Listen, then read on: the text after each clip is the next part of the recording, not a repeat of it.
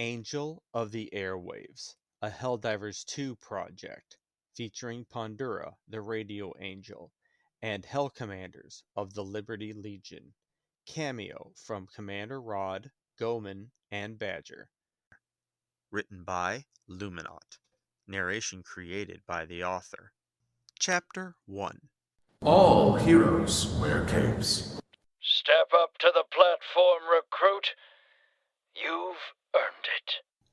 Pandura, Juliet, and Harryar did so, and as the cape was automatically attached to her armor, she pumped her fist into a super Earth salute.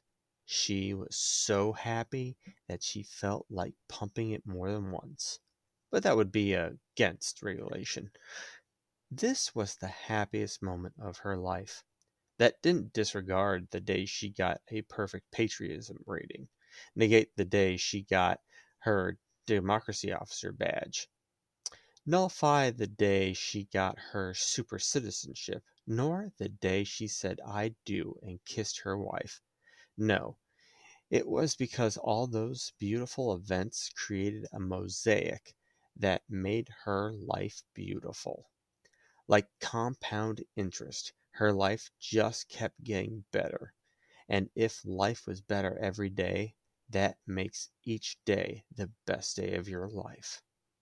As she was saluting, confetti, sparkler fireworks, and music that sounded like she just leveled up marked the occasion. The salute was almost involuntary, but the welling tears in her eyes were involuntary. When you truly love managed democracy, you usually salute for any and every reason, because any and every reason to celebrate freedom was a good enough reason for Lady Liberty. The closest thing to a regret she felt was that Isabel couldn't stand next to her. The Helldiver training test had to be done alone. Not a huge loss, because no doubt she could buy a copy of the recorded event. Now there's a Helldiver. You remind me of a younger me, fearless and vulnerable and 7 feet tall. You were allotted 72 hours to complete the obstacle and training course. It had taken Pandura 12 minutes, but in a way that was the point of the test. You didn't need legs to crawl through the test. You could be deaf and illiterate and still pass by looking at the pictures for directions. You more or less couldn't fail it unless you were beyond physically or mentally incapable. Other than treason, of course. And let's be honest, that was almost always a failure of the education system rather than an intentional act of rebellion. I mean, Super Earth basically admits to it by sending people to Freedom Camp, and they come back being cleared of suspicion of treason charges. The point of the test was more of a question. Are you willing to risk your life until you die for managed democracy? To be fair, there were some valid reasons to do it later, like you were pregnant, still on the prosthetics waiting list, crucial or irreplaceable to the war effort in a capacity like attaching prosthetics or managing computer computational calculations for a QB faster than light FTL travel, in which case you should apply for Shipmaster. Then wait until you're 40 or 50 like normal. Just very few reasons not to do it at all. Blood incompatibility with the cryogenic process was the only one she could remember at the moment. Any other reason was simply some type of selfishness, like cowardice. There was no better way to live, and no better way for that life to be remembered than on the Wall of Martyrs as a Helldiver. During the 100 Years of Peace, it was normal to work until you were 40 years old and then become a frozen Helldiver. This maximized optimum lifelong workload, skills gained toward combat, and maturity in using orbital devastation. Statistics didn't lie. This had been a fact since the days of Old Earth. The 77th Infantry Division was a World War II fighting unit nicknamed the Old Bastards. since the average age of the 77th Infantry Division was 35, making the men considered middle-aged by military standards. This maturity led the unit to low casualty count and high mission success rate. With reports coming in about terminate outbreaks on the farm worlds, the zeal of the younger generation's desire for the eternal honor and glory of becoming a Helldiver was only matched by the waiting list for the training program formality. There were independent companies that had advanced combat training. The cost of it was questionable, given the average lifespan of a Helldiver, but this didn't stop Pandora from taking a throwing knife class, a flame weaponry class, and an overall advanced obstacle course in multiple full armor sets. Why wait doing nothing when you can prepare for when you are doing something? And Pandora was ready for anything the bugs could throw at her. Besides, she had the time. She was on multiple waiting lists. Pandora was a feline faunus that needed glasses. A classified E710 accident caused her mother to have involuntary parthenogenesis pregnancy. She was a custom human. She needed a custom helmet, let alone one in her choice of armor type, requiring two major modifications. Being a democracy officer had its privileges. We're not even going to get into the modifications needed for her tail and boots in the armor. But the day had finally come. The good news is she got the armor she wanted, blessed with the prayer of democracy protects from the democratically devout members of the Light of Lady Liberty.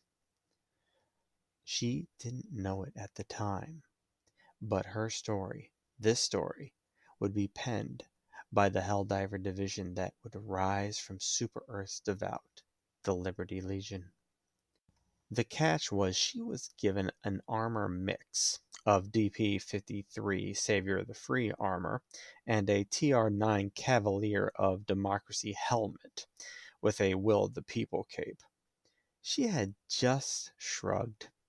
The helmet was adjusted for her ears and the visor set to her prescription. It would get the job done. No feet or tail issues either. Pandora was ready to pounce. You're finally ready for the realest deal of 'em all. The Galactic War. Liberty, democracy, justice. They're in your hands now. General Brash, over and out. They were better than in a Helldiver's hands. They were in this Anhariar's paws. Paws that came with claws. Heightened hearing, agility, reflexes, low light vision, and sense of smell, not to mention an instinctual need to hunt. Pandora knew she was about to be the cuddliest expert exterminator in Helldiver history. She turned her back to the open cryopod before her and took a step back. The door slid shut. Needles injected into her neck, and extremely cold air started pumping into the chamber. She felt it. It was fast, but the freezing process wasn't an instantaneous full-body event.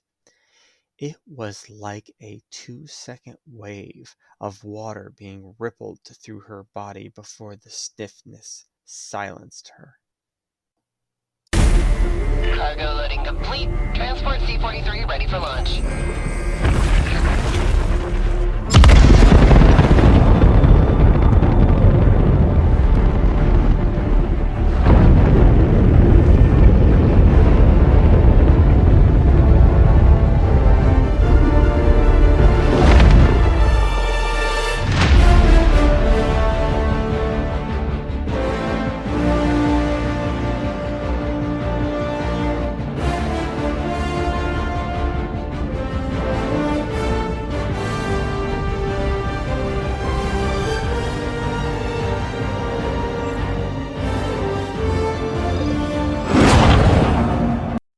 Chapter 2. Do your part. Get to work. Pandora was expecting to experience the frozen television dinner part of the service. In other words, you were made to watch your predecessors on missions while your head was only partially thawed, in case you were needed to complete their mission. Instead, she was fully unfrozen. Her heads-up display, HUD, requested she name her super destroyer ship while she was still warming up. There were two listed columns of words to choose from. Pick two, and that was your ship's name. Then she figuratively froze during her warming up. The words "of mercy" was a choice in the second column. She looked at the first pillar of nouns and saw bringer as an option. Even in a lifetime of sunshine such as hers, there were dark days. Dark times never last, but sometimes you need to remember those days to truly know the gratitude of feeling the sun. Some things should never be forgotten. Pandora chose to wear her heart on her coquette sleeve every single day, even if there were wounds on it that would never fully heal. She confirmed her selection. The SES Bringer of Mercy was now ready for its first Helldivers' first mission. As she staggered out of the cryopod, she was greeted by her shipmaster. Congratulations on completing training, Helldiver. You're in charge of this vessel now. Welcome to the Galactic War. Pandora began walking off the chill in order to warm her stone-cold bones. The Galactic War map should be on the bridge. This Helldiver needed to choose a mission, but more importantly, its democracy officer had access to galactic intelligence that could prioritize missions available. If you're going to make a decision, make an informed one. Every mission was basically voting. The very thought of voting multiple times a day just ambushed her. She didn't quite get weak in the knees. She'd saved that for her love back on Super Earth. However, the shiver that went through her body was not because of the cryopod. She accessed her datapad's Democracy Network connection, then ran a search for the largest supplies of E710 needing retrieval, regardless of the mission difficulty. Then searched which planet had the most of that type of mission. After all, faunas like herself were created because of E710 reactions with humans, and in her case, the house cat, Felis catus, named Princess, was her second mother. Yet faunas were immune to said reactions. Evolution seemed to love irony. It didn't take long for Errata Prime to fill Pandora's screen as holding the largest amount of unsecured E710. Then she listed the results on Errata Prime by amount. It showed the largest holdings were on a difficulty rating of 5. She then accessed Errata Prime's description. Its general landscape consists of barren deserts, cliffs, exhausting heat and sandstorms located within the Umlaut sector. Liberation Battle 1 for Errata Prime. 2 weeks 6 days 20 hours 14 minutes, failure. From February 10, 2184, time 2309 to March 2, 2184, time 1923. Liberation Battle 2 for Errata Prime. 2 days 16 hours 14 minutes, victory expected. From March 2, 2184, time 2109 to now ongoing. She checked the Galactic War map to see if she could bypass the Helldiver skill rating limitations on mission selection. She could not. Her Ministry of Truth clearance was only at secret. Seemed super secret was required. She realized that limitation only worked if she was listed as the mission leader. If somebody with a higher skill ranking led the mission, they could list her as part of their team. Pandura's only mission access was set to trivial, so she looked for the highest experience level Helldiver doing a trivial mission. Boom, got you. A level 27 running out their daily mission clock requirements by doing a full sweep. Name, Chief Knot. Mission time, 10 minutes, 32 seconds. Their current level authorized a rank of Space Chief Prime, but they hadn't self-promoted. The rank under that was Master Sergeant, a short-worded rank between two longer-spoken ones. So either this Chief Knot was efficient, lazy, cowardly, or all of the above. It didn't matter. Pandura might live in the light of liberty, but that was super Earth daylight she was burning.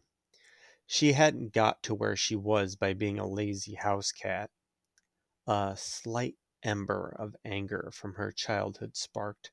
She mentally reminded herself to save it for the battlefield. Initiating FTL jump to The errata system.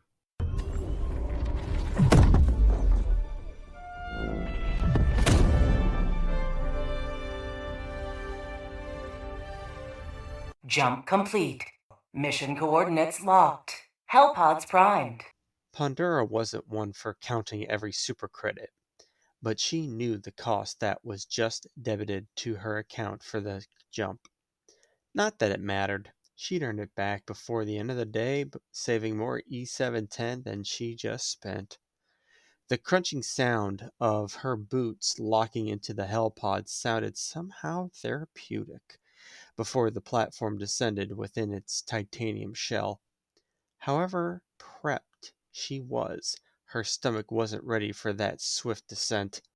Uh, It took her a second to realize that sound of hers was just broadcasted to her mission team radio network.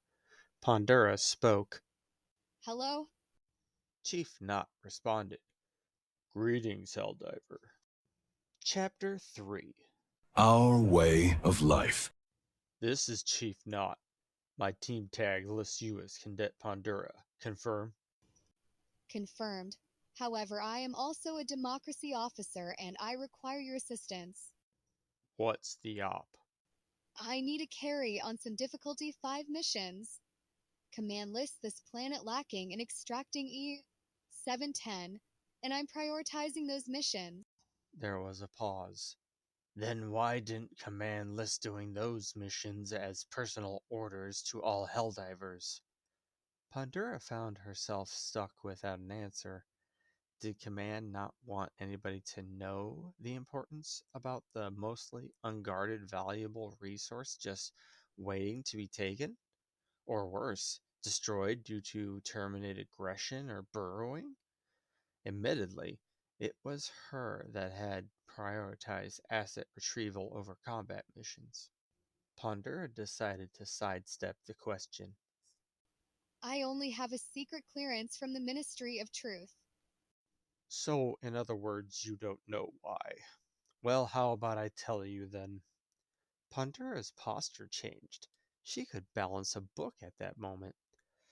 The oil only matters if one of our ships in orbit needs the fuel, or if we lose the planet. Even then, the bugs don't use it, so it's not going anywhere. Once we liberate the planet, oil operations go back on schedule, being done by the professionals in hazmat suits. Not to mention, I'm pretty sure we lose at least 5% of the oil from spillage when amateur Helldivers pump it.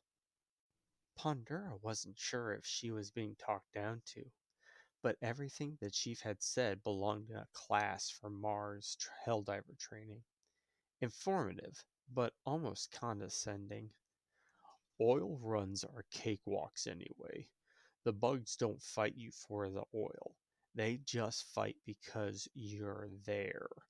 They have nothing to gain by challenging you other than being territorial.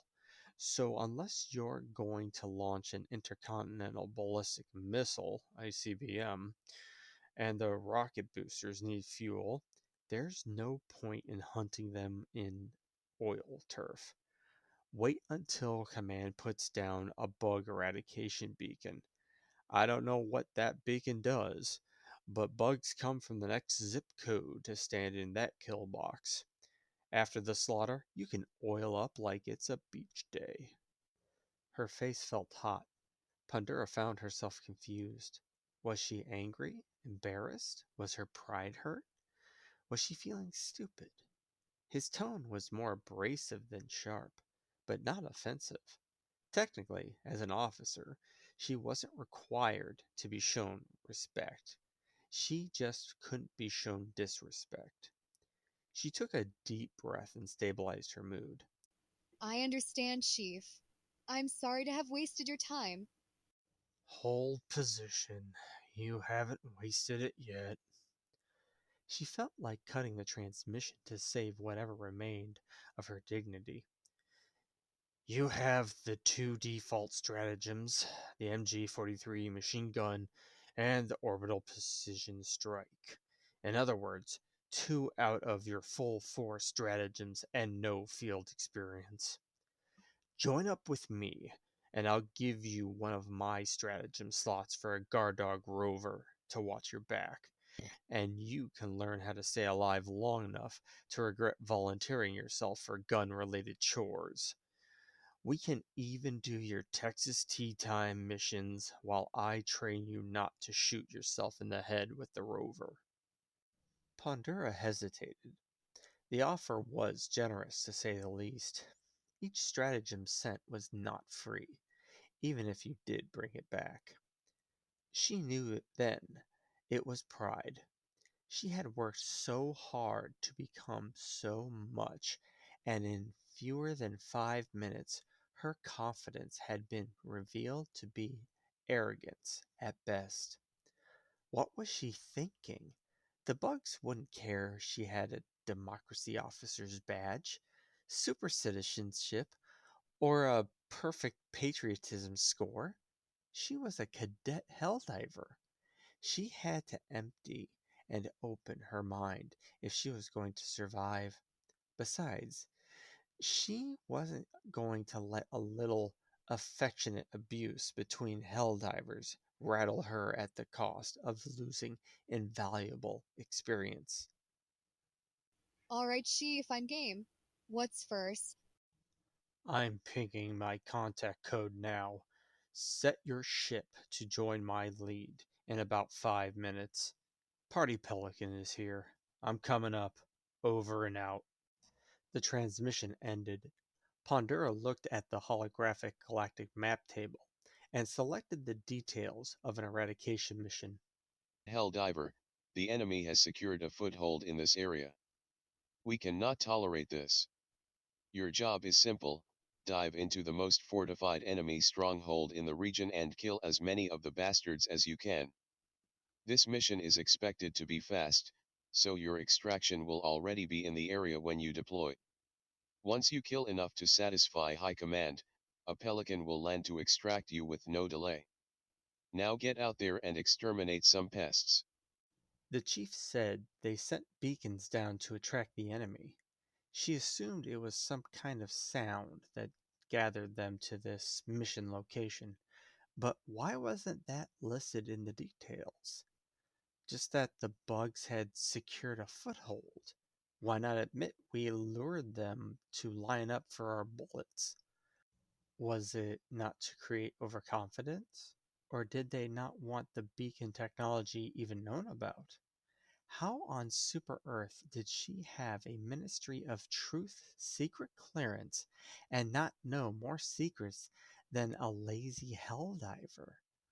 She took another deep breath. That was unwarranted. Technically, the chief outranked her, and she didn't know why he was on that mission. She remembered her truth training. If you don't know the why of something and or someone, you didn't know anything. Her 5 minutes were up. She pinged Chief Knott's super destroyer. Chapter 4. All citizens are equal in the eyes of freedom. Pandora wasn't a fan of the cryopod exchange between ships. It made sense in a way. If you were exposed to vacuum during the transfer, you were already frozen and wouldn't be damaged. Still, being frozen just to cross a few meters seemed a bit much. As she wobbled out of the artificial Arctic chill, the chief stood at the top of the stairs. Permission to come aboard, Chief. Always, democracy officer. He gave a casual salute, but didn't wait for it to be returned. He looked away and took off his helmet. It seemed he was finishing a bag of snacks. Let's get you up to speed. He waited for her to follow. She took off her helmet along the way. She also noted a few sidelong glances from the crew in the process. Few had ever seen a faunus in person, so Pandora had a lifetime to get used to the reactions. The chief reached the war table, pocketed the empty bag, and put back on his DP-11 Champion of the People helmet over his CM-09 Bone Snapper armor and Will of the People cape. He turned around to do a double blink after seeing the triangular outer ear pinnaflaps. Oh, you've got a mutation. Excuse you? Nott's whole body language changed, and he lowered himself a bit to be eye level with Pandora. His tone was low, slow, and deadly serious. Super Earth is xenophobic and human-centric. Calling you a human with a mutation is safer than trying to get recognized as an independent race called Faunus. That's basically what the cyborgs did, and we know what that led to. You might want to change Super Earth's political correctness of that mentality, but remember that a human with a mutation is still a human. A faunus is someone that was once human or evolved from humans due to accidents that are not officially listed. Ultimately, in a faunus mindset, you are no longer human. That's a very dangerous thought and position to be in while we are fighting non-humans. You can disagree with me in your head all you want. You're even probably right. But the bullets are out here, not in your feelings or head. A smart Helldiver never drops with someone they don't fully trust. And that should go triple for you. If someone thinks you might be non-human, you will get friendly fired even if that Helldiver likes democracy officers. And you're no good to me dead. Do you get me? Pandora pouted. That childhood ember fully burned. She remembered the words freak, mutant, mutant, lazy cat, creature, monster, and more. Now she was being told she might get shot if she didn't openly accept an insult as what to call her. That she should insult herself so other Helldivers wouldn't kill her? Kill a democracy officer at that? Pandora wasn't sure if that was her last straw with this chief, but it absolutely is the second to last straw. She had to admit, in his mind, he was looking out for her. In his mindset, she belonged with the human race, not to it. She was human in his eyes. Understand the why, she reminded herself. I get you, sir. Nott nodded. I don't have a chip on my shoulder. I'm just deadly serious about this war, and I'm serious about you not ending up dead, regardless of the reason. You don't have to like me to learn from me. Then he pointed to the war map. What do you see? Trivial mission. Terminate illegal broadcast. Self-explanatory objective. Traitorous humans have set up a broadcast station that's actively spreading anti-democratic propaganda. You can turn it off via the terminal at the base of the tower, or destroy the tower. Which one is better? Destroying it. That way it can't be turned back on. So you think the bugs would turn it back on? No, but the transmission was made by traitors. They could turn it back on. Area is terminated controlled now. Traders would have to kill bugs for us to pull that off. Destruction is easier, faster, and final. True, but Super Earth will bill you for the destroyed tower. Not to mention, the automatons will just turn it back on if you pulled this mission on their side. What's your point to this, Chief? Every mission, even this trivial one, can have no-win scenarios. Just scenarios where there are endings that you can't control or require a sacrifice to control.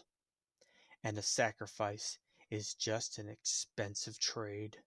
So make that hard decision here at the map, not dirt side, because the strategist only seeks battle after the victory has been assured. Map out your path and plan beyond your victory. Even then, no plan fully survives contact with the enemy. That's an Art of War quote. Not smirked. More of a reference. Audiobook Robert Greene's works and play them in your helmet, going dirt down or orbital up.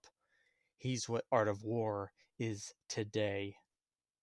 So he'll tell me, all warfare is based on deception. He'll say, think as you like, but behave like others, and conceal your intentions. That's not who I am. I'm proud to be myself, and I should be myself. Not nodded. True, but do me the favor and remember this. Pride can be a good thing, but it can also bring the feelings of powerlessness, resentment, and spite.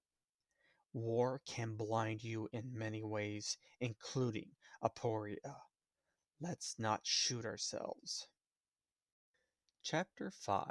Dispense peace with the ultimate weaponry. The chief walked with Pandora to the ship's management.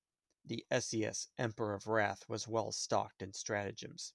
Not a lot of Eagle options, but Chief Knot had either funded his own campaign from his civilian life or inherited an older ship. Let's prioritize your stratagem purchase path. Why? Because knowing what you're working for is a great incentive. Save up your level up to buy what will blow them up.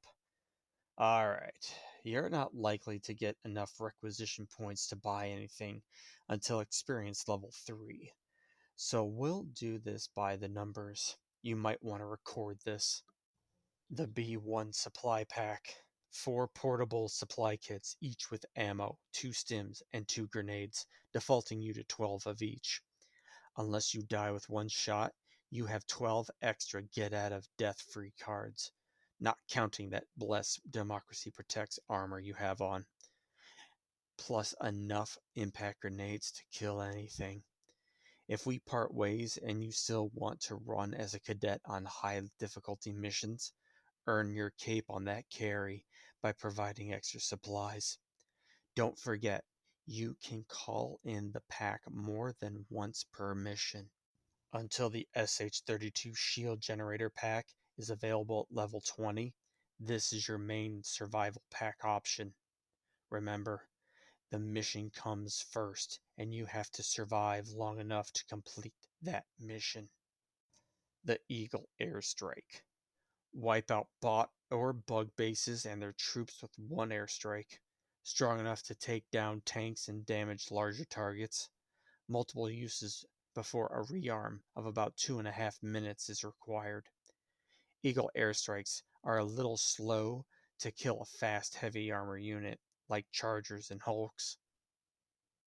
Next is the EAT-17 expandable anti-tank.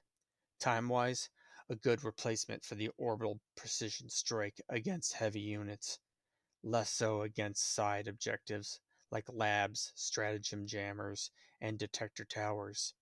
The LAS-99 Quasar Cannon's infinite ammo might replace this at level 18. But at level 3, it's your easy option. Get 2 tank killers or fabricator breakers almost every minute, or pile them up on defense missions until needed for rapid fire. There is a slight gravity effect on the rocket, so adjust for long range shots. The GL-21 grenade launcher. The default machine gun is great. I've used it on some impossible missions, but stopping to reload, it can get you killed. Run reloads with the GL-21. With 10 grenades in the belt and up to 30 grenades in your pocket, quick firing 10 impact grenades at a time will destroy the majority of units. Only one shot needed at the weak point for bug hives and fabricators. Combined with the supply pack for 100 or more grenades total, not much will be able to stand against your mobile onslaught. The Gatling and mortar sentries. All auto sentry stratagems are good, but these two are average. At lower levels, they are equally essential as they are deadly, both to you and your enemies. The Gatling sentry will mow down waves of light and medium units, while the mortar sentry can decimate lower, slower, heavy units. Just don't be standing between the Gatling sentry and its target, or the area where the mortar sentry targeted the bot's current position. You don't want to ask, "Where's the bot, Mansley?" The AC-8 autocannon is an armor-piercing grenade rifle upgrade to the grenade launcher. Shoot down targets from the other side of the map and takes down almost all heavy units at their weak points. Points you couldn't reach or couldn't aim at before. Now, it takes up your whole back with the gun and the pack. You also have to stop to reload like the MG43. 10-shot loader with 5-shot magazines. Half reloading at 5-shot magazines takes less than 2 seconds, and a full reload takes over 5 seconds. The FLAM-40 flamethrower is a heavy armor-piercing high-damage weapon. However, its top-tier lethality is a double-bladed sword. You will, I repeat, will set yourself on fire with this weapon at some point. So equip some medkit armor for the extra stims, and if possible, the SH-32 shield generator pack, because you'll be very close to the enemy. The AX-AR-32 Guard Dog. All auto sentry stratagems are good, but the Guard Dog packs are the most reliable. You wear Guard Dog packs, basically doubling your default damage, allowing you to gun down what you're running away from and make some enemies ignorable while your Guard Dog chews through them. While the Rover pack has infinite laser ammo, it lacks the higher damage of the standard model, and it doesn't aim for headshots. The EMG-101 HMG emplacement. All auto sentry stratagems are good, but if it's not a Guard Dog pack, it runs on a timer and will turn off even if it never gets used. The heavy machine gun emplacement will stay until destroyed or out of ammo, and doesn't draw attention when not being operated by a Helldiver. Anything under a tank will get mowed down charging at you, and anything over a tank with its weak point at you is now an easy kill. Land at extraction and drop one with a resupply to have your exit stocked and loaded upon return. The orbital walking barrage is the discount orbital laser, and it's worth every single requisition slip. Its chaotic attack pattern can be unreliable, especially if your stratagem bounces, and it can start its bombardment up to 50 meters behind the stratagem. But its top tier damage hits with great size and range, unlimited uses, a respectful cooldown, and if it misses the target, it will kill everything else next to it. The autocannon and rocket sentry. All sentry stratagems are good, but these two are the best. They take down anything and everything, if they get the chance to shoot at it, that is. Become a one-woman army by bringing down both together, or time their cooldowns to call one down at halftime of the other, so you're never without one attacking. Remember, they won't fire at close range enemies, so you should prevent that. The MLS 4X Commando prototype. The Commando is the most flexible anti-tank option, a hybrid between EAT, autocannon, and spear with a great cooldown. Laser guide for weak point 1 hits, or fire and forget 4 for the full force. Take down 4 or 8 bug holes in safety. Stratagem Jammer have a fabricator attached to it. Target the fabricator and destroy both at range. Take the high ground and wipe fabricators off the other side of the map with pinpoint accuracy. Remember, destroyed bases units may come after you if you don't change your position. Last but not least, the orbital laser. I'll let an expert talk to you about that one. That's level 15. You'll have a handle on your combat style by then. Everything we covered was something that fights for you, is basically straightforward, and you use while falling back or retreating. Chapter 6. The galaxy's last line of offense. Not motion for Pandora to take out her datapad. Let's prioritize your future war bond purchases. Save up or grind missions for super credits, because if you're going to war, you need war bonds. As a democracy officer, I know you're already a super citizen, so the sealed Veterans War Bond is already available to you. Pandora nodded. That war bond has 3 of the most reliable weapons that fire bullets, and is the first war bond you should focus on, if possible. It holds 2 primary weapons and a great option for both your grenades and secondary weapon. These top tier options are likely the reason it's free when you are a super citizen. Even if you weren't, you'd be able to buy the credits with medals from the enlistment bonus Helldivers Mobilized War Bond to afford it. Grind easy missions for easy credits. However, this is your first personal combat choice.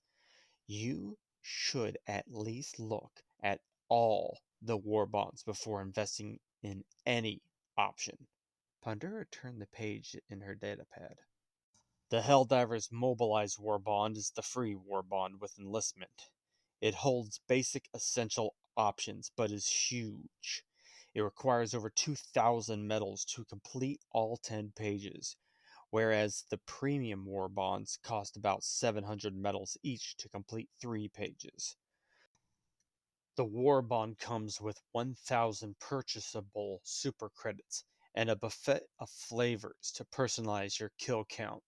If this is the first war bond you choose to focus on, aim for page 6 before buying a second war bond.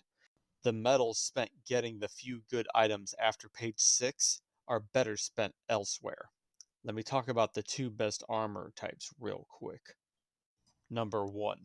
The CM09 Bone Snapper armor. An additional 2 more stims in your inventory and capacity. That's 4 to 6. The armor also slow releases the stim's duration for an extra 2 seconds. As you can see, it's what I go with. Most of the best boosters synergize with this armor. Unless you die with 1 shot, you have 6 extra healthy bodies and enough stamina to sprint the whole mission area. It's best against the little ankle-biting bugs. The light and heavy versions are in the Superstore for 250 super credits. Number 2. The DP-40 Hero of the Federation armor. Blessed by Lady Liberty's Democracy Protects prayer and ordained with the hellfire of freedom. Some say it's death-proof. Also stops you from bleeding out.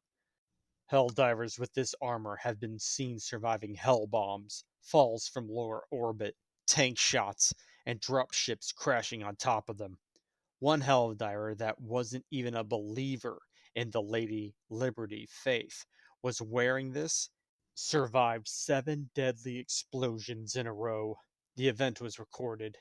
Even if, theoretically, the blessing only gives a 50% survival rate, the probability of surviving that would have been 0.78125%.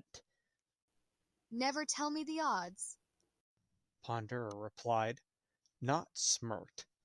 To me, that event is undeniable proof that Lady Liberty's faith centered on managed democracy as the ultimate form of survival is true.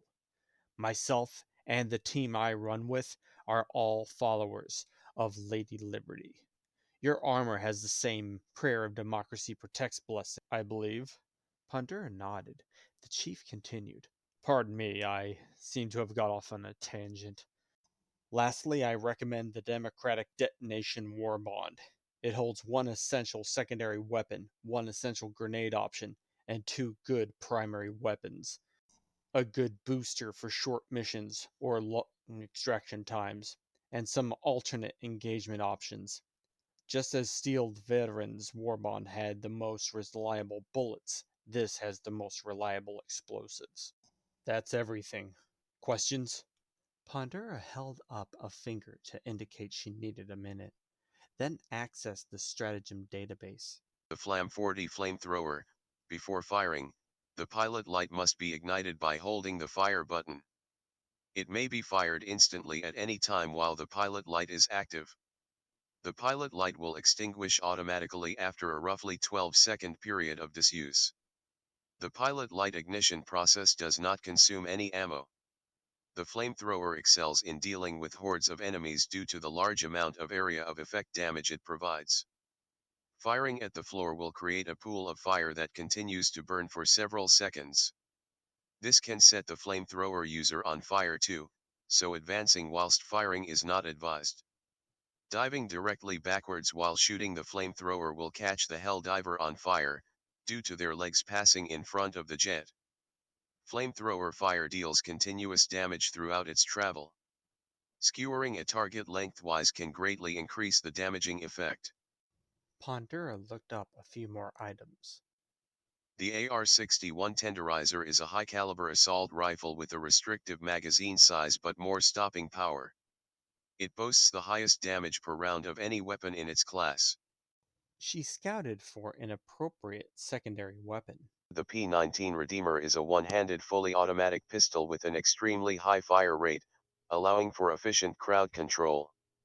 It pairs well with weapons that cannot fend off multiple or close-ranged enemies, such as marksman rifles. Helldivers can change the fire mode to semi in order to conserve ammo and control recoil. She then accessed the grenade types. The G10 Incendiary Grenade is a grenade that ignites any targets and terrain within the blast radius. She smiled. It had taken more than a minute, but she had found her goal, a combat style. Chapter 7. Take back control of freedom. Pondera looked the chief over. His cape was burned. Chief. You can call me not democracy officer. Pawn is fine on my end then. But I was wondering, why were you on that trivial mission? I start my day and end it with a light jog and target practice with one of my team's preferred weapons. If a situation ever arose where I was out of ammo, I'd need to be competent with a borrowed weapon. A master with a knife can beat a team of novices with guns, because knives never run out of ammo and can be thrown, while guns require aim and have to be chambered with the safety off. Understood. If you take anything away from all my ranting, take these 2 things. 1. Try to land at extraction. You can throw down supplies, emplacements, mines, and anything else that will be waiting for your extraction. And 2. Completely outline your team's plan of action and attack before you go dirt side. Allied destroyer has joined squadron. Engaging orbital thrusters. Orbit synchronized. The words Death's Lover appeared on the team roster. The SES Prince of Destruction could now be seen from the bridge. Not walked toward the cryopod door. Death! He held out his hand as his comrade walked up the stairs. They grabbed each other's hands like they were arm wrestling midair. Then in synchronization spoke. You son of a bitch. They seemed to be in some type of test of conviction over who had the stronger grip. This lasted for a full 3 seconds before the Death Chief tapped the back of Naught's hand, releasing the unusual handshake. The SES Judge of Redemption pulled out of FTL next to the SES Emperor of Wrath. Allied destroyer has joined squadron. Engaging orbital thrusters. Orbit synchronized. The new chief spoke. I brought Raven with me. The team roster added another chief to the list, and the name Duke Raven. A Helldiver with a prosthetic arm and leg walked up the stairs. Nott said, Raven! Then held out his hand just like before. The robotic arm made a whirling sound as the artificial hand vice-gripped the chief's hand. Nott spoke with a slightly strained voice as his hand started to get crushed. You son of a bitch! Raven made no effort to jinx their speech and replied in a sharp, cold tone. You son of a bitch. Nott tapped out against the cybernetic prosthetic, then took the lead for introductions. Death, Raven, this is Democracy Officer turned Helldiver Pondura. Pawn, these are my fellow chiefs. We all go by our call signs. I just got finished helping her become acquainted with some of Super Earth's best options, other than your two specialties. Chief Death nodded and stepped forward, taking his primary weapon off his belt. You can call me Death. I take it Nott gave you the knives never run out of bullets line. Pondura nodded. Well, this is the Lost 16 sickle. This is the laser version of an AR-23 Liberator that never runs out of bullets and has no real recoil. Instead of wasting time reloading, you just swap weapons while the other one cools down. The Lost 7 dagger as your secondary, and either the Lost 98 laser cannon if you need a machine gun or the Lost 99 quasar cannon if you need a tank killer. Combine that with the AX Lost 5 guard dog rover to watch your back, and you'll never stop killing enemies because you'll never stop firing. Nott spoke. I left the orbital laser to you. Death nodded, recognizing it as a compliment. It has its limits. Only 3 uses, long cooldown, and can't tell the difference between a dirty bug hive and just dirt.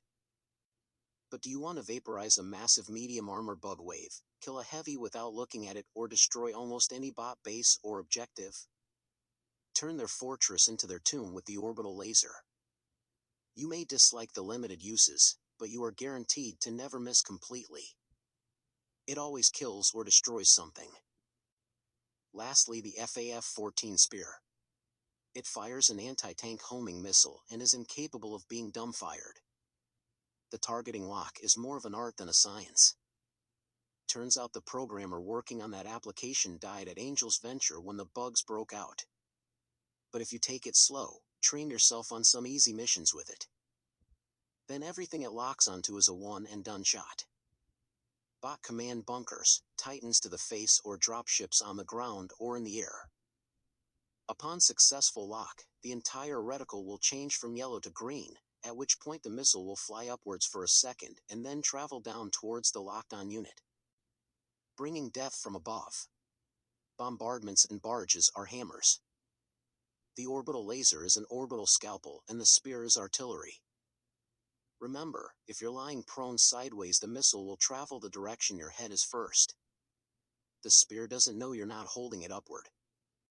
Death motioned for Chief Raven to speak.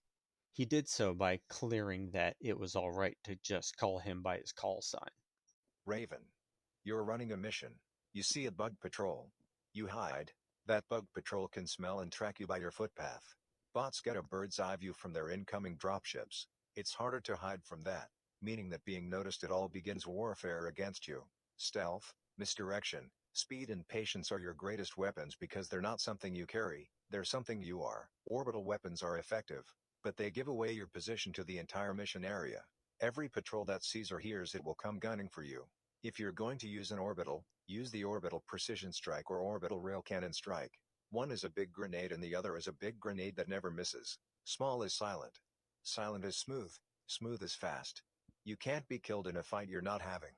Don't be where combat can or will happen. Don't be identified as a target. Don't be acquired as a target. Don't engage unless absolutely necessary. Don't be hit or damaged. That includes your gear. Don't be affected, tilted or compromised. Keep a clear head. Withdrawing from contact with the enemy is not a retreat. It's prioritizing the mission objectives over a kill count. The mission comes first. Raven pointed to his R-63CS Diligence Counter-Sniper and P-4 Senator Mataba auto revolver. Turn your combat strategy into rings around you, one weapon for each range. This way you'll have an option for every distance. When taking out bots, kill the small ones that shoot flares first. That alerts any patrol in the area and calls in dropships. The majority of missions are to destroy, not get bogged down in a shootout. But if you're going to shoot it out, make it so you can shoot them and they can even aim at you. Always remember this, a Helldivers combat style is orbital guerrilla warfare. Hit and run. Emphases on the run. Stay on the bounce, trooper. Pandura replied. I get you, sir. She pointed to his cybernetic prosthetics. What happened? Raven pushed a button on his arm, and a recording played.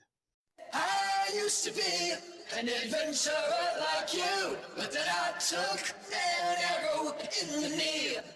Sweet liberty, my leg! Not and Death chuckled. Pandura smiled, not really getting the joke. Death answered. Bot shot an impact grenade he was holding just as he took it off his belt. Not added. Normally I'd have you speak with the rest of our brothers in bloodshed, but they're out on recon rescue for a golden oldie AI program. Hades is our dirt side leader and explosives expert, mostly because his grenades work best if they get used first. Then Macat our one-man army of sentry turrets, but I think we can speak a bit for them. Death picked up where Raven left off. Hades would tell you that the grenade pistols and grenade launchers impact grenades don't explode at short range, and to get the enemy to follow you around corners or other ways to bottleneck them into an easy kill box. Also, bigger the boom the better. That includes barges. McCat would tell you to just bring the autocannon and rocket sentry with both mortar sentries. Killing all enemies means there's nothing left to stop you from completing your mission. He aims for maximum body count, and we're going to kill them all anyway. Why let the Super Earth Armed Forces have any fun? And your preference? He didn't hesitate. It's like Ravens. I'm a defensive duelist, only by armor category instead of range. Orbital walking barrage, guard dog, quasar or commando, and a turret or emplacement depending on the mission. Just like my brothers here. We are all an expert in a category of combat. From sniping from the shadows, to solar orbital showers, to striking with the kitchen sink. I know, we're solid. Raven waved his hand. There are 5 ways to defend against damage. 1. They never get the chance to shoot. 2. A great distance. 3. They hit themselves. 4. A shield. And 5. They miss entirely, that is to say misdirection. Death added. Outthink them, primarily by trapping them. If their movements are predictable, they are an easy target. Pandura replied. The same walls and trenches they make to keep us out also keep them in. Death smiled under his helmet. Now you're up to speed. Let's go run something over.